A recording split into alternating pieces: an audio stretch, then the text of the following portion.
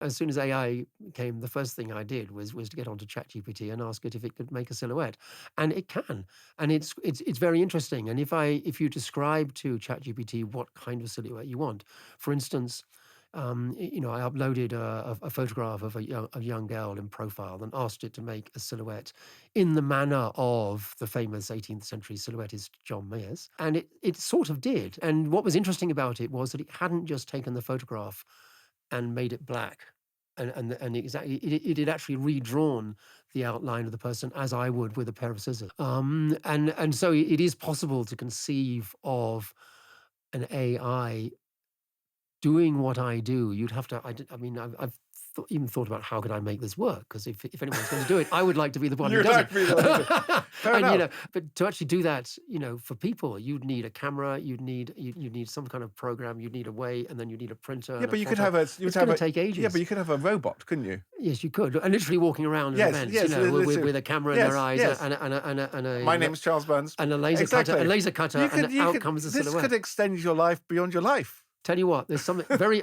This is something we talked about in Silhouette Secrets. In the 18th century, there was an automaton who worked on the Strand in London.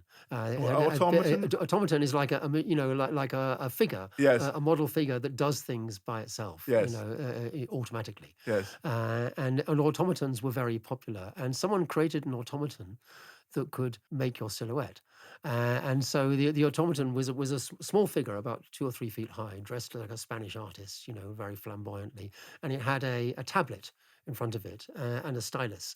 And people would come and stand in front of it, and and someone would press the button or whatever you did, wind it up to make it work. And it would click and whir and move, and it would draw an outline, or apparently draw an outline on the tablet on a piece of paper, and then the operator would take the card away and give the person the silhouette. Of course, it was a trick.